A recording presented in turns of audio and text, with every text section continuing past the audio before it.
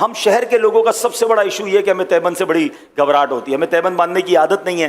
گاؤں گوٹ کے لوگ تو گھر میں بھی تہبند باندھ رہے ہوتے ہیں، ان کو احرام کو پرابلم ہی کوئی نہیں ہوتا. تو تہبند سے اگر آپ کو عادت ہو گئی نا تو آپ احرام فرینڈلی ہو جاؤ گے. سب سے بڑا ایشو ہم لوگوں کا، شہر والوں کا، وہ یہ کہ ہم تہبند کیسے باندھیں. تہبند کنٹرول کرنے میں ان کا جو ہے ٹینشن رہتی ہے. تو ایک بار صحیح طریقے سے آپ یہ احرام کا جو نیچے والا حصہ باندھنے کا ہے، تہبند باندھنے کا طریقہ سیکھ لو، آپ کا حج آسان ہو جائے گا. حج قران کرنا ہے نا تب بھی ہو جائے گا، لیکن جب احرام صحیح باندھنا ہو. اب احرام ہی سنبھالتے رہو گے تو دل ہوگا یار کب اترے گا احرام. مجھے بڑا بعض اوقات تو عجیب لگتا ہے، لوگ بار بار یہ پوچھتے ہیں احرام اترے گا کب. میں نے کہا پہلے روتے تھے احرام پہنوں گا کب، یا اللہ موقع دے میں احرام پہنوں. جیسے ہی احرام پہنا اب ٹینشن یہ اترے گا کب. ارے بھائی ریلیکس رہو، جلدی کس بات کی ہے. تو احرام صحیح باندھنا سیکھ جائیں گے تو آپ کو اس کی ٹینشن ختم ہو جائے گی. تو پہلے میں تہبند باندھنے کا آپ کو طریقہ بتا رہا ہوں. تو اب آپ نے پہلے تو چیک یہ کرنا ہے کہ یہ احرام میرے سائز کا بھی ہے کہ نہیں. تو اس کا طریقہ یہ کہ آپ نے اپنی ناف کے اوپر یہ والا بالکل کوئی بل نہ ہو رکھ کے چیک کر لیں کہ یہ آپ کے پیروں کے نیچے تک جا رہا ہے یا پیر تک ٹچ ہو رہا ہے. اس کا مطلب اس کا سائز ٹھیک ہے. ایسا نہ ہو کہ آپ ناف پہ رکھیں اور ابھی سے شروع سے ہی آپ کے ٹخنوں کے اوپر ہے تو یہ آپ کے لیے سائز تھوڑا ہے. چلے بسم اللہ الرحمن الرحیم. اچھا اب کرنا یہ ہے کہ یہ دونوں چادریں آپ نے اس کے کنارے ملا لینے، ٹھیک ہے، اور کوئی اس میں اوپر بل نہ رہے. ان دونوں کناروں کو آپ نے ملا لیا.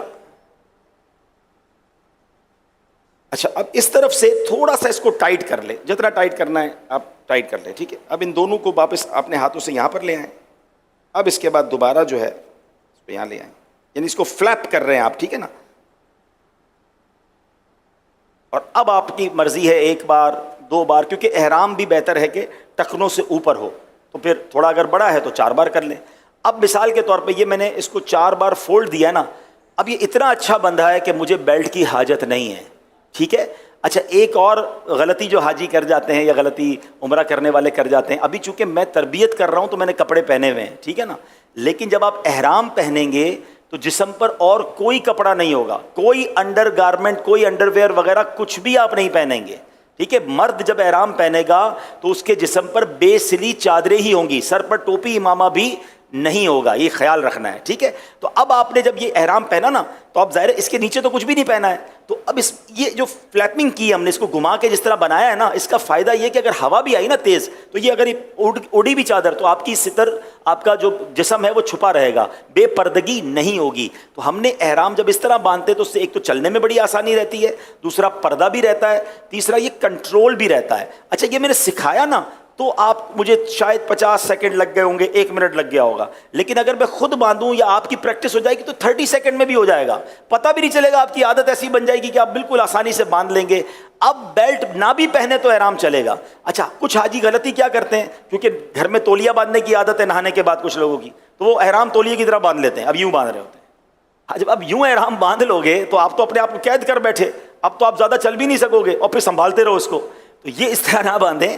باندھنا تو ٹھیک ہے ہو جائے گا باندھنا، لیکن آپ ٹینشن میں رہو گے. تو احرام فرینڈلی بننے کا ایک طریقہ میں آپ کو بتاتا ہوں کہ اگر حج میں کچھ دن ہے نا تو اکیلے کمرے میں رات کو جب موقع ملے، آپ کا بیڈ روم ہو تو آپ تہبند باندھ کر سونا شروع کر دیں.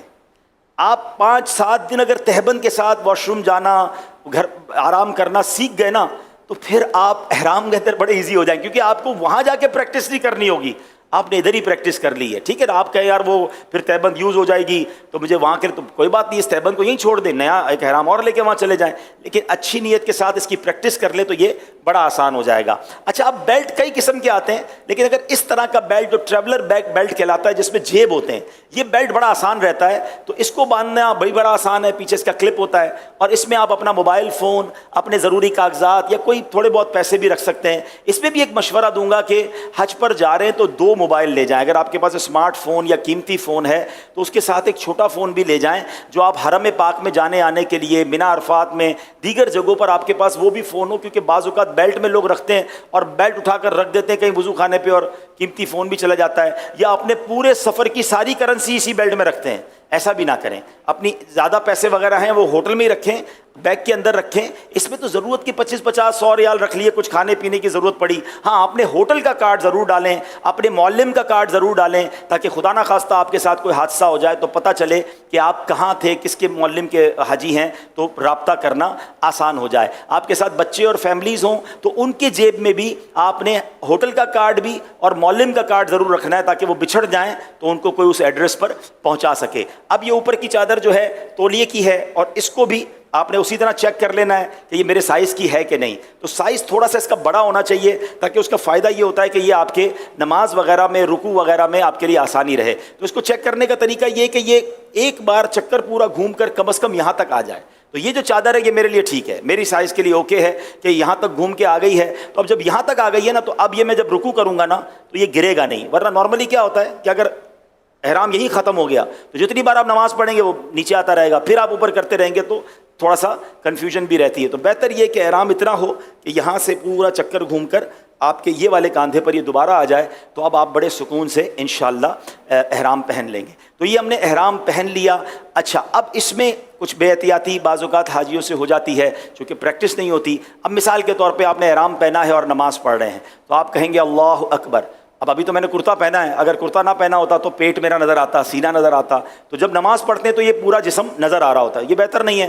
اس کا بڑا پیارا طریقہ امیر علیہ سنت نے سکھایا تھا کہ جب آپ احرام میں نماز پڑھ رہے ہوں اللہ اکبر, انشاءاللہ سینہ اور پیٹ جو ہے آپ کا یہ ڈھکا رہے گا. اور میں آپ کو صحیح بتاؤں, ابھی تو احرام پہنا ہے سکھانے کے لیے یا سیکھنے کے لیے, مگر جب احرام واقعی انسان پہنتا ہے, جب اس کے جسم پہ اور کوئی لباس نہیں ہوتا, اور احرام میں ایکچولی ایک میسج بھی ہے کہ ایک وقت آئے گا میرے سارے کپڑے اتار کر مجھے کفن پہنا دیا جائے گا.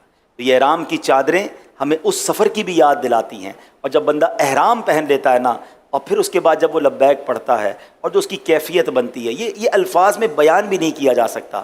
ہم اللہ کریم سے دعا کرتے ہیں کہ ہمیں حقیقی معنوں میں احرام پہننا, لبیک پڑھنا اور اپنے در کی حاضری نصیب فرمائے.